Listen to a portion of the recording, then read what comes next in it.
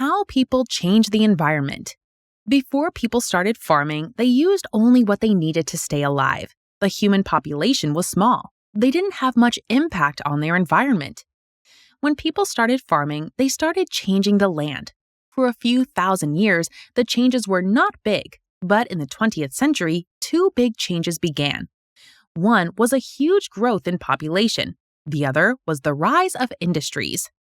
Today, people and industries use huge amounts of energy and resources. Here are some of the problems caused by population increase and industry. Chemicals are polluting air, water, and land. Large amounts of waste are being left on land and in oceans.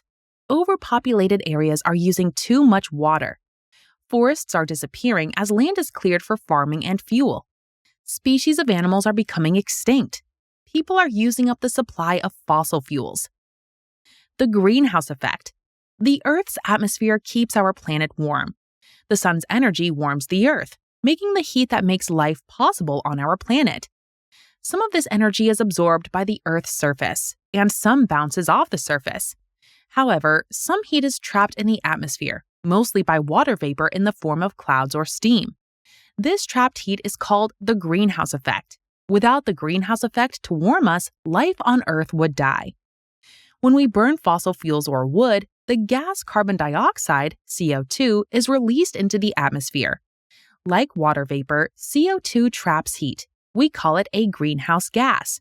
In the last 100 years, the level of CO2 in the atmosphere has grown. Scientists agree that the burning of fossil fuels is causing CO2 levels to rise. Climate change. As more people use more fossil fuels, more heat is trapped, and the world gets warmer. The world's average temperature is rising. This global warming causes the climate to change. There are more severe droughts, hurricanes, and floods.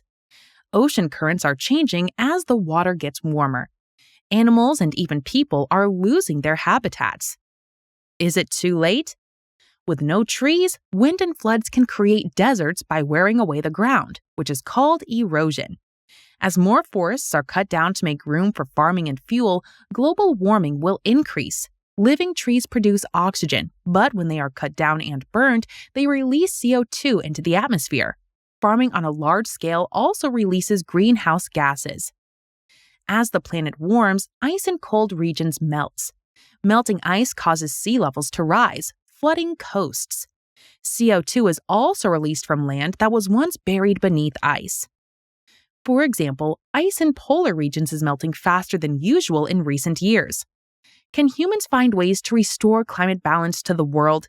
Scientists are trying to fight climate change by developing new sources of energy that do not rely on fossil fuels. Many nations are setting goals to reduce the CO2 they release into the air. While you don't have to know everything about climate change, knowing how and why we affect our environment will help you understand important concepts you'll come across in your GED social studies test. Happy studying!